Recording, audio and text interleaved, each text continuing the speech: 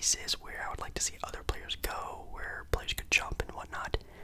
Again, like this video, give it some love if you want to see that video. So, with the number 1 overall pick, the Orlando Magic have that pick, which I'm actually very happy for. They're actually the team I was rooting to get the number 1 overall pick, and they got it, which is really cool. ESPN has them taking Jabari Smith Jr., which is probably no big surprise. If you've been sort of interested at all in the NBA's draft, you would know who the top 3, maybe even top 4 guys are going to be. Just boom, boom, boom, boom, boom, in order. They're pretty much set in stone, basically. Sure, on draft night, things could definitely change, and they've done that before in real life, but pretty much the number 1 consensus is Jabari Smith Jr. going number 1, and Jabari Smith is, wow. He is a talent. He is a guy who can play a new age stretch 5, definitely a 4 in today's NBA. Big body, about 6'9", 6'10", who could already shoot the ball lights out. Showed some athleticism here and there. Can create his own shot a little bit. Can definitely get better, and yeah, I would have to say he's probably the best all-around play now ready of the top tier prospects. This guy could average 15 to 18 points per game his rookie season, but can also just improve year in, year out. I mean, I've heard comparisons to like a LaMarcus Aldridge type of player, but if Aldridge had like, you know, almost like a guard skill set, if that makes any sense, like he could be a very, very good player in the NBA. So Jabari Smith Jr., number 1 in the Orlando Magic, makes a lot of sense. Again, if you want me to go more in depth on it, tune into the next one. And then at the second pick, we have the Oklahoma City Thunder, and the Oklahoma City Thunder taking Chet Holmgren. Yes, also the consensus sort of second pick, only because he is still a risk. He is still a 7-foot skinny white guy, like the prototypical like injury-prone player. That is him, and he plays with such heart, hustle, energy that it's almost like, I'll knock on wood for this kid, but like it's almost like guaranteed he's gonna have some sort of bad injury at some point. And that's obviously not me like wishing that on him. It's just like, man, he just plays with a lot of heart and energy, and when he gets to, you know, the NBA's level, when he's guarding, you know, the Jokic's, the Joel Embiid's of the NBA, it's not gonna be a fun time for him. But he is still the biggest home run pick in this draft. He could be the best player in this draft, 100%, head over heels over everyone else, but he's a very raw player defensively, IQ-wise, he's there. It's just going to be, you know, will the talent sort of get up there? That's the biggest sort of take on him, and yeah, he can do it all. He can dribble, he can defend, he can shoot the ball, he can defend the rim, like, insanely. Obviously, if you've watched some March Madness, you've seen him have some pretty big plays, so it's there. It's just, you know, completing the package, and also just with health is also big risk go. Then with the Houston Rockets, 3rd overall pick, they're taking, well, according to ESPN, Paolo Bachero. Now, Paolo Bachero, I think, definitely has the biggest, maybe, floor of all of the top tier prospects, meaning that he will be maybe the best rookie. He might win Rookie of the Year, but I feel like his ceiling isn't as high as, again, a Chet Holmgren or a Jabari Smith Jr. I think he could still be better than them at the end of the day. Any one of these 3 players can be better than the rest. They're all really good, but Bachero, man, in the March Madness run that Duke had, wow, was he impressive. And I think that's when his stock really rose to even some people wanting him to go number 1 overall, which could still happen, honestly. So he can definitely create a shot better, a lot better than Jabari or even Chet can, but, you know, defensively, who knows? Consistency is also a big thing there, but man, Bachero is going to be a great player in the NBA. I do believe he was one of the players I was hoping that Portland could maybe get if Portland jumped into top 3, but that didn't happen. And I'm really excited to see how he develops more. Again, he could probably win Rookie of the Year. Might be the best rookie in this draft, also being, 6'10", 250. Yeah, Bachero, 3rd pick to the Rockets. Him and Jalen Green for years to come. That could be a lot of fun. With the 4th overall pick is the Sacramento Kings, and definitely look out for this pick to be traded. I won't go into it a lot because, again, that will be another video where I talk about trade scenarios and stuff like that, but with the 4th overall pick, ESPN has the Sacramento Kings taking Jaden Ivey. Obviously, Jaden Ivey being the odd man out of the top 3. Now, again, could Jaden Ivey go 3 or even 2 to the Oklahoma City Thunder, sure, he could. He definitely has that talent. I keep hearing all of these sort of big-time draft analysts comparing him almost to a Ja Morant player comp, which is obviously an insane type of thing to have. But, I mean, you have a guy who's about 6'4", crazy explosive athleticism, could probably, again, be a Rookie of the Year candidate this year, especially playing for the Sacramento Kings. He is, as an individual talent, amazing.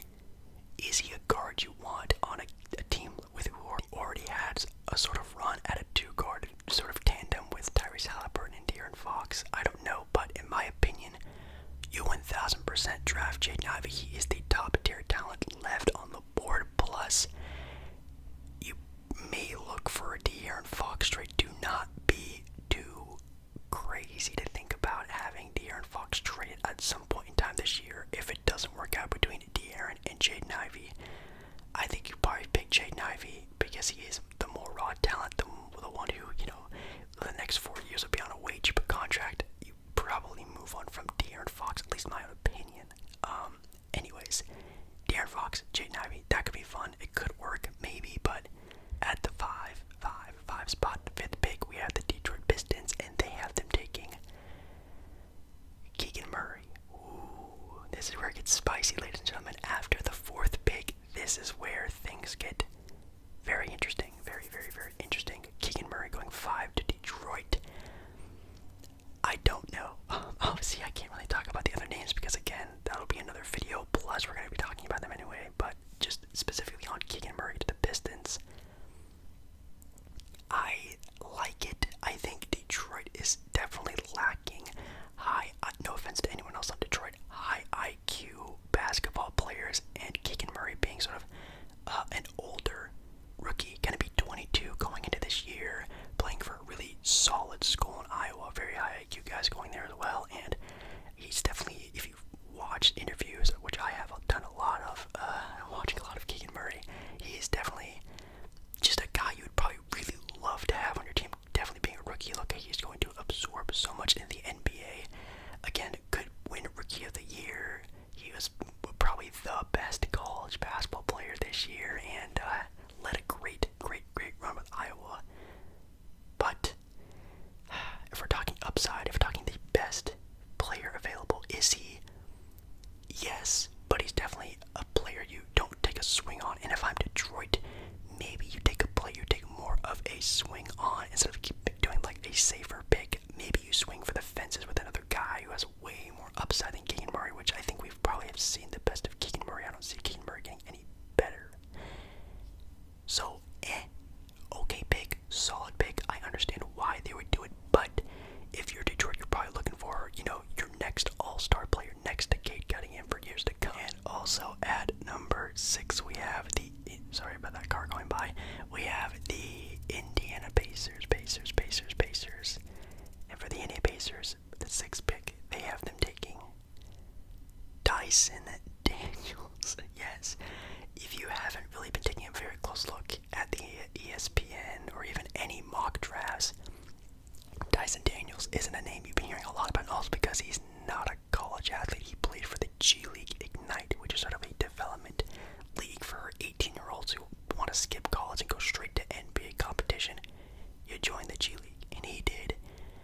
And he did okay. He had a very rough start, transitioning from obviously being a 17-year-old kid to playing against 20-plus-year-olds in NBA-ready competitive league, which is so crazy to think that that actually exists now, which is actually kind of cool. But he had a sort of slow start, but definitely kicked it up at the end of his sort of run with the G League, and man, he might be the best defender in the draft. He might be the best sort of multiple position 1, 2, 3, maybe even 1 through 4 in today's NBA type of defender. He's at like 6'7", 6'8", sort of guard forward. He can handle the ball like a guard, but he's 6'7". He can guard some bigger guys. Like, he definitely has amazing potential, almost like a Josh Giddey, LaMelo Ball type of player where he can just handle the ball super well, but also defend. He's not a scorer like them just yet. And that's why he's not having a lot of talk, because his offensive game is very iffy. finishing and layups and open court play, which is good, but like in the half court, yikes. Shooting threes, yikes. Shooting anything is a big yikes for him. So if he could really just develop a more consistent offensive game, a consistent jump shot, man, you're looking like, again, maybe one of the best players in the draft for sure. Definitely, probably the best two-way player for sure if he does sort of end up that way. Also being a guy you could play at point guard at 6'7", that is like the picture perfect thing every NBA team is trying to get. So Dyson Daniels next to Tyrese Halliburton, that's a crazy backcourt of the future. Next pick, we have the 7th pick, and for that pick is the Portland Trail Blazers. And obviously, again, if you guys want me to do a trade scenario video, you already know what to do. But with the 7th pick, ESPN has them taking, if they do use their pick, which we all know where that pick is going, it's not going to be Portland, but if they do end up taking that player, they're taking Shaedon Sharpe. And if you, again, don't know, Shaedon Sharpe was, at one point in time, the number 1 player ranked in this draft class. He was hurt, I think even before his college debut for Kentucky, and didn't even step on the court for Kentucky. And if you look at any highlights of Shaedon Sharpe, you can tell, yeah, he definitely could have played for Kentucky, Duke, any of the top tier teams in the NCAA, because he does have and did have that talent. Now, obviously, again, if you're, having injury problems before you're even stepping on the court in college basketball, that is a big no-no. That's a big no-no in the NBA, because that injury will stay with you for the rest of your life. And obviously, it's not a great start if you're someone like Shaedon Sharpe, who's a very athletic guard who can jump out the building, who uses his explosiveness to a vast majority of his skill set in his game. But he also has an amazing jump shot. He's also 6'6". He could play point guard, shooting guard, maybe even some small ball 3. He has some versatility there, which is very impressive. He's also extremely young, one of the youngest players in the draft, so a lot of upside. 8th pick. With the 8th pick in the draft is the Pelicans, New Orleans Pelicans. Shout out to the Lakers. This is actually the Lakers pick, but the Pelicans have it now. And they have them taking, Benedict Mathurin from the Arizona Wildcats, my favorite college basketball team. So yes, I did get to watch a lot of Benedict over the year that he had there in Arizona, and holy cow, again, a player who could be the best guard in this draft over Ivy, over Sharpe. He could be the at least at the very beginning, the best guard in this draft. And he probably is. This dude averaged around 20 points per game, pretty high efficiency from shooting as well, especially from the 3-point range. He's going to be a sophomore. He's only going to be barely 20 years old. He's going to have a lot of athleticism and a nice build. He's like, 6'6", 6'7", very buff guy. So I think, again, if you're looking for a productive now player, which obviously for the Pelicans, who, again, oh my goodness, they're going to be so good next year. They might be a top 4 team in the NBA. I'm not getting a top 4, at least in the conference. That's what I mean. They could be a 4 or 5 seed next year. If you have CJ at the 1, you have a Herb at the 2, Ingram, Zion, Valanciunas, and then Benedict Mathurin off the bench. Like, that is such a deep team now, and they can only, again, keep getting better and better and better with their guys developing. If you want to keep Herb Jones on the bench, you can start Mathurin at the 2 next to CJ. That's also a great backcourt to have. So, man, we have the Spurs at 9. Spurs taking Jalen Duren, really big time center, definitely the best, well, besides Chet Holmgren, the best outside of that big in the NBA's draft. And I mean, people have sort of like compared him to a rookie Dwight Howard. Like, when Dwight came in the league, he had big, humongous shoulders, very sort of buff, lanky guy who could just rim run for days and rebound and dunk the ball and post moves. Like, he is that prototypical, like, early 2000s center is Jalen Duren. And man, at one point in time, he may have been the number 1 pick in this draft if this draft was taking place in the year 2001. You know what I mean? Like, he has that sort of build style of a traditional big, which is scary. Obviously, having a big who can't really shoot that well, great for himself, it's kind of scary. He is a little bit of a facilitator, definitely something that could get better, and in a pick and roll game or even in a half court set, that could really be a great development for him. So definitely watch out for that. But with him going to the Spurs, known for great development. I think that he could actually develop into an amazing sort of do-it-all type of big. So if that does work out for him with the Spurs, I mean, him and DeJounte Murray in a pick and roll, I don't even want to think about that. That is terrifying to think about. DeJounte and Jalen Duren. We're gonna move on because that's about to give me nightmares. Okay, next up we have the 10th pick with the Washington Wizards, and they're going to be taking, at least according to ESPN, Johnny Davis, the Taco Bell guy. If you've seen, he's in a lot of Taco Bell commercials recently, from Wisconsin. He is probably the next best play ready now type of player, which obviously if they're keeping Bradley Beal, which they're going to throw $250 million towards his way, and Bradley Beal, and then you also have Kristaps and obviously Kuzma and all the role players that the Wizards still have. I think adding in again the next best player available in Johnny Davis off that bench is amazing. You could even start, Beal maybe at the 1, Johnny Davis at the 2, have a sort of crazy scoring duo with them. That could be really good. Again, the only downside of really Johnny Davis is he can be a good defender when he wants to be. It's just when he wants to be, and also his shooting ability is definitely subpar for not only the NBA standards, but his position standard is pretty bad.